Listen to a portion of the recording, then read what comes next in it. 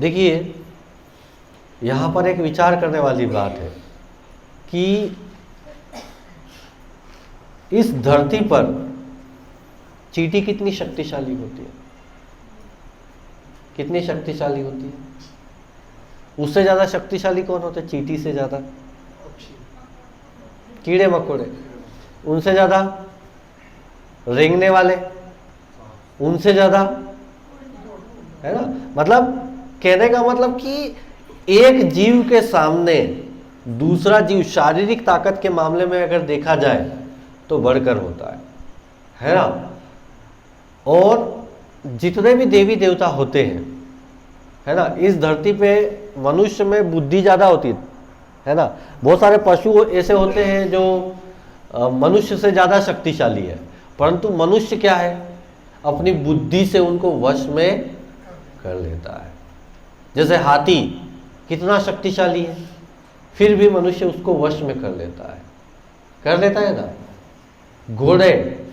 घोड़े को भी मनुष्य वश में कर लेता है, ठीक है।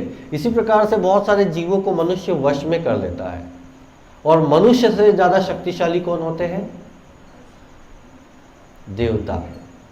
परंतु एक विचार करने वाली बात है कि जब करोड़ों गुना ज्यादा शक्तिशाली होते हैं देवता मनुष्यों से, अब जब देव दानव का युद्ध चलता है तो देखिए ये जो राजा मुचुकुंद थे, ये कितने शक्तिशाली थे कि देखिए उस समय जो युद्ध चल रहा था जो देव और दानवों का, उसमें जो टक्कर थी उसमें असुर जो थे वो देवताओं को परास्त कर रहे थे।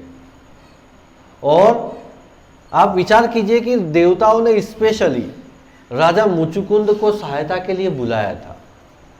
और देखिए विशेष बात यह है कि जब भगवान की किसी पर कृपा होती है, क्योंकि ये भक्त किनके थे? राजा मुचुकुंद भगवान के भक्त है ना। क्योंकि रामचरितमानस में भी भगवान के बारे में कहते हैं, है ना। मुनि जन क्या कहते हैं कि जन्म जन्म मुनि जतन कराही, अंत काल प्रभु आवत नहीं। जन्म जन्म लग जाते उनका भजन करने में, तब भी भगवान सामने नहीं आते। और यहाँ राजा मुचुकुंद के सामने भगवान आए हैं, तो इसका मतलब क्या है कि उन्होंने उनका भजन किया था, वो उनके भक्त थे, तभी तो वो इतने शक्तिशाली हुए कि देवताओं की सहायता कर सके। वरना देवताओं के सामने तो मनुष्य क्या है? एक कीड़ा मकोड़ा। हमारे सामने कीड़े मकोड़े की क्या स्थिति होती है? ऐसी स्थिति हमारी देवताओं के सामने होती है। अगर अपन देखते हैं इस दुनिया में बहुत सारे लोग देवताओं को कोसते भी है ना। परंतु अगर देखा जाए ना, तो अगर कोई एक देवता भी एक शरीर के अंग के भांति कार्य कर, हर शरीर के अंग में एक एक देवता विराजित रहते हैं, परंतु वो देवता अगर बोलते हैं कि मैं काम नहीं करूँ, ये आँख के अंदर कौन है? ये आँख किसका प्रतिनिधित्व करती है? सूर्य चंद्र।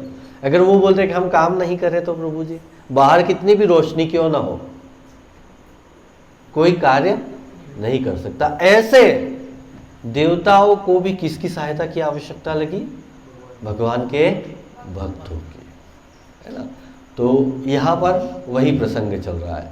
क्या कह रहे भगवान की? चूंकि भूतकाल में तुमने मुझे से बारंबार प्रार्थना की थी, इसीलिए मैं स्वयं तुम पर अनुग्रह दर्शाने के लिए इस गुफा में आया हूं, क्योंकि मैं अपने भक्तों के प्रति वत्सल रहता हूं। हे राजर्षि, अब मुझसे कुछ वर ले लो। देखो आप अपन जब भागवत हम पढ़ते हैं, सुनते हैं,